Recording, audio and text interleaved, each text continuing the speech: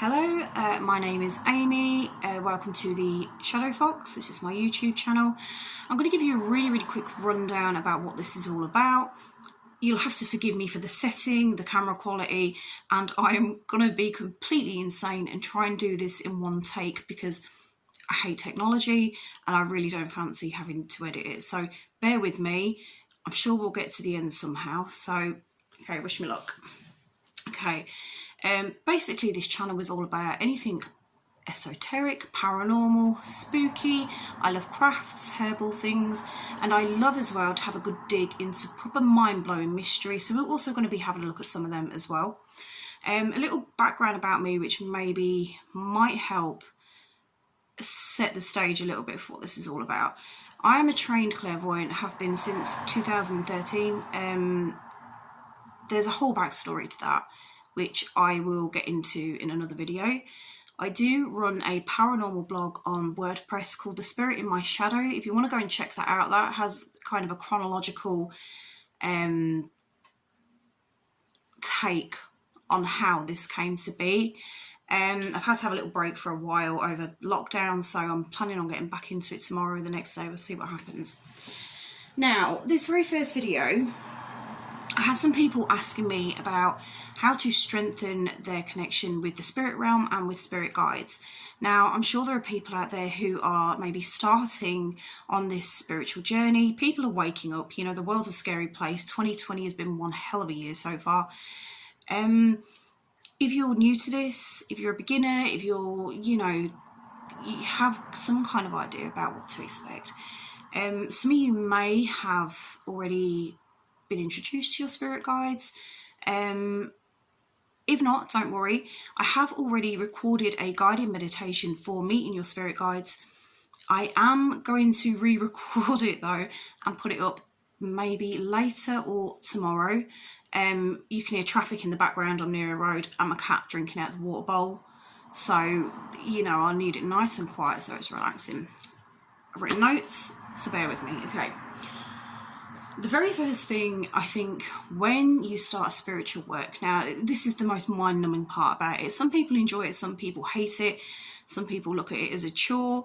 I do find on a weekly basis I have to kind of force myself to do this because, it is what it is. But the main building block and foundation stone is meditation, okay?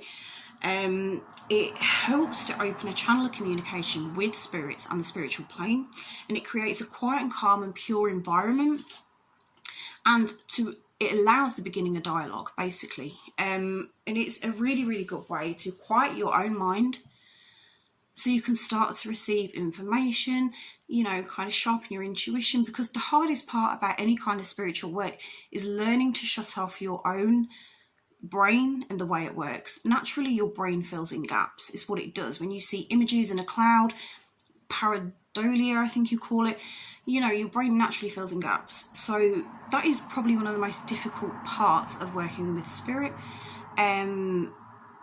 So yeah, meditation is quite an important part. It just helps kind of quiet the mind. So I'm going to have a look at some internal ways to help strengthen that connection, and also some external ways as well, which I use quite a lot as well. I'm sure lots of people do, but we're going to have a look in depth at some of them as well, okay? So the first thing is, now some people, when they do meditations, some people like to use a particular meditation that, there's some great ones on YouTube. Some people just like a quiet, silent space where there's nothing, they just like the silence, to think about nothing. If that works for you, do it.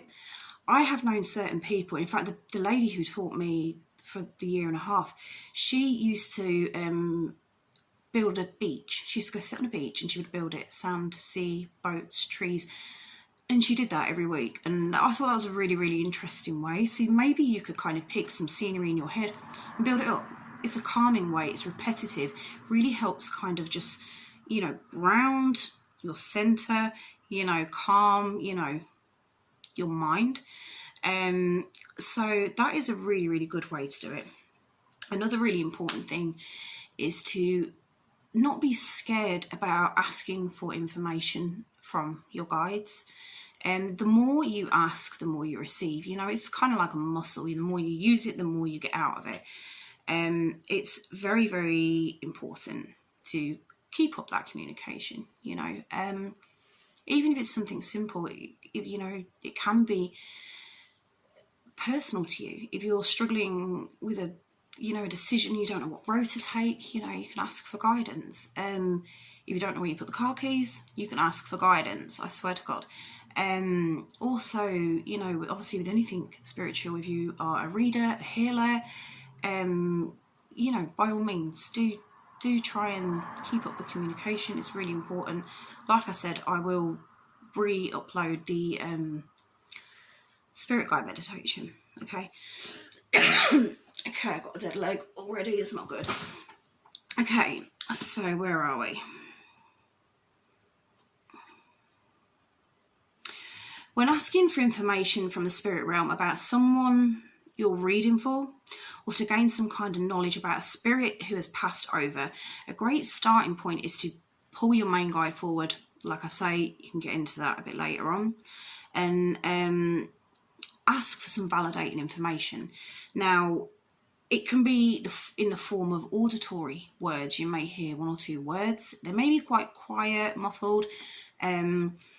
Sometimes phrases pop into your head. Song lyrics as well. I find song lyrics are very, very interesting. They can pop into your head, which at the time you can think, what the hell is that about? But, you know, yeah, definitely. There's many different varied ways of doing it. A sequence of images, scents, anything. Any way your senses can be used, they will use them to get this information to you. Let's have a look. Now, some people struggle. Now, I'm a very visual clairvoyant. That's all I do, visual. I don't often hear them speak. Horrifying experience when I was 11, and I don't like to hear them speak ever since. Occasionally I do. Most of the time I don't freak out. They know that it scares me. You have to excuse me, my asthma's bad today. They know that it scares me, so basically they try not to do it unless it's really necessary, or if I get somebody random wandering and they're not really aware, and then it's usually as well at night when I'm just on the cusp of sleep. I had one guy come in and he said, I want to speak to Amy, and I'm like, okay, who's this guy? So yeah, you know, so some people will have their own strengths. You know, with me, it's visual, always been visual. Other people, it would be like almost like a psychic connection, you know, certain images, whatever. Other people, auditory, they will get their information that way. Like I say, any way they can use the senses, they will. Okay, and you may find it, they may limit it to one or two of your senses. So start maybe paying attention to how you receive little bits of information, these little nuggets of intuition, because it will start to form a pattern. Okay, so if you're struggling maybe to hear or see anything overall, one way that I started trying to visualise, get names, words and all the rest of it, I used to picture a blackboard and a piece of chalk. At the very beginning, I used to write the alphabet on it, and they would pick out certain letters. I don't do that anymore. I just have a blank blackboard now. That's how I work. Other people will visualise a television screen. I mean, anything that you think will help you, anything that is comfortable for you to use, you do it. You know, like I said, there's so many different ways. Let's have a look. There's also external methods as well, which I will, like I say, sometimes for me to do meditating, it's kind of a chore, which I shouldn't have that attitude, but sometimes it is. You know, when you're busy, you think, I've got 30 minutes doing this. I use a lot of external methods as well. So one of the more, I'm sure many of you would have heard of, is binaural beats that they put in the background of guided meditations. Now, they are really, really good for helping you kind of center, focus, ground. They're fabulous for that. Now, something else I've started to use recently as well is sound waves. Now, I know there's something that's like 954 megahertz, and I can't remember the exact numbers, but I have an app, and I think it is called just Sound Waves, I believe, and it's on the Play Store, and it has, I think, 8 or 10 different formatted sound waves for, I mean, there's some for like healing, some for spiritual connection, some to release anger and negativity. You can set a timer with them, listen to them, go to sleep. I find them really, really relaxing, actually. They do put me to sleep quite well. And I have started doing them probably nearly every single night. I choose one and I do that. Now, there are other ways as well to, you know, external ways as well to kind of sharpen your intuition and build that connection. Now, I'm sure many of you will know crystals. For God's sake, crystals everywhere. I'm a crystal lover, I'm a rock hound, and will be till the day I die.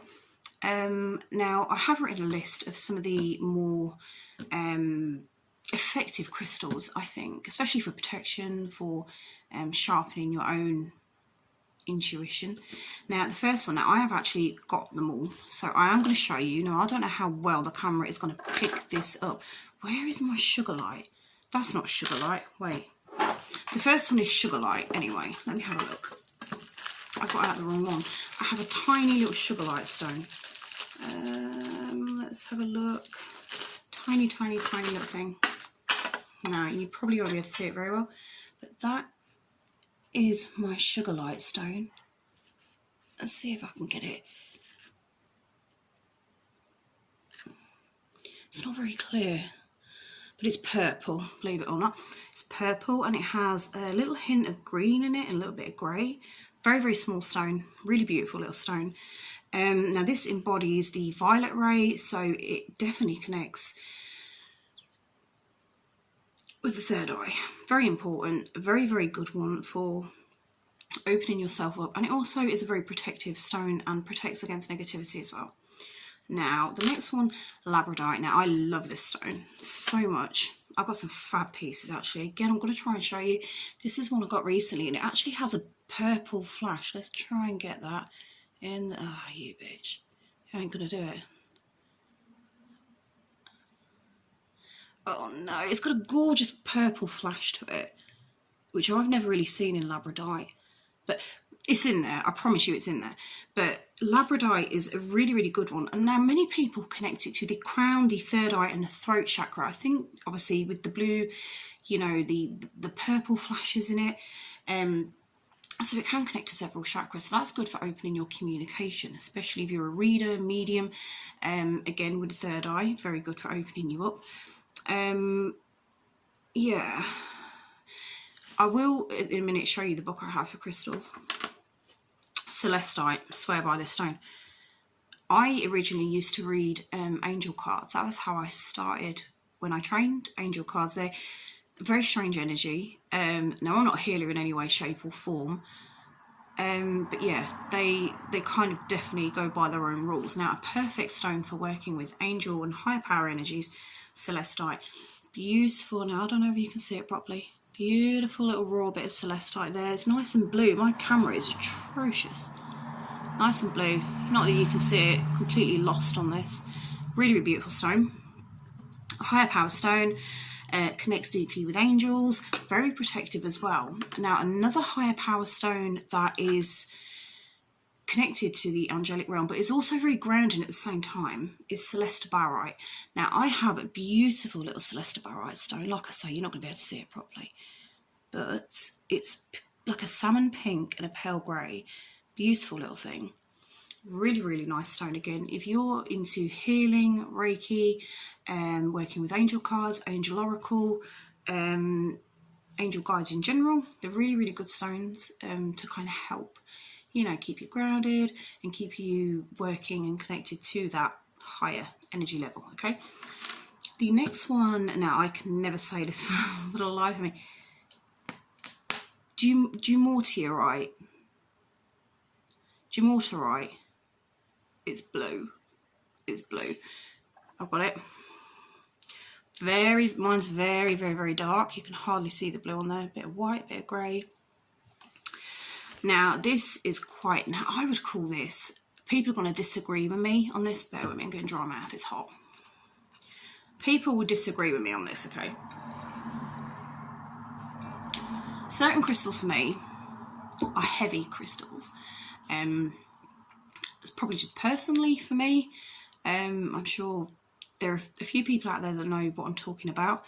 This is what I would class as a heavier crystal. Okay, now this is really, really good to sharpen your spiritual intellect. So it kind of opens you up in a way, and it kind of laser focuses you on your abilities, where your strengths lie, which is really, really important for kind of figuring out, you know, there's so many different divination techniques, methods, all sorts nowadays. Really, really good for helping you focus and find your strengths, I think is the way to put it.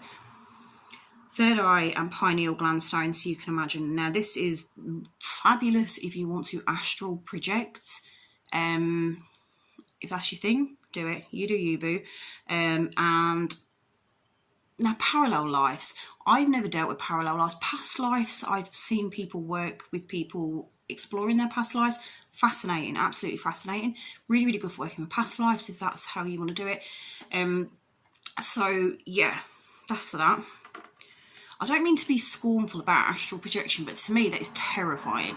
I did it as a child a few times and I never left the house. I remember practicing floating up and down the stairs. If you don't know what astral projection is, do have a gander. It's really, really interesting, but it's quite a heavy spiritual practice. Can be very dangerous. So yeah, do have a gander anyway. Now I think the overall the overall one that I think is probably good for a lot of starters to have in their homes, amethyst. Get a good amethyst cluster, you cannot go wrong. Mine's not overly purple, I think it's just like faded in the light. But yeah, amethyst, really, really good all-rounder kind of stone. You know, it's a natural tranquilizer, it's protective. Again, quartz, clear quartz, nice point there, or tumble stone of quartz. Again, a brilliant all-rounder, fabulous for your first kind of crystals. They amplify energy, they also protect. I mean, I heard reports that they can double your magnetic field. Now somebody is going to come in the comments and say, shut up, you don't know what you're talking about. I read that somewhere, they can actually double your magnetic field by, like, not double it, like 50%. They can increase your magnetic field. Now somebody sciencey tell me if that's true, because I ain't 100% sure. Fascinating if it is true, but they are a really good stone. They're good for transmitting energy, and the points as well I find are really, really powerful. Really, really nice stone. Again, if you want to work with heavier, if I get the word out, heavier work, ammonite.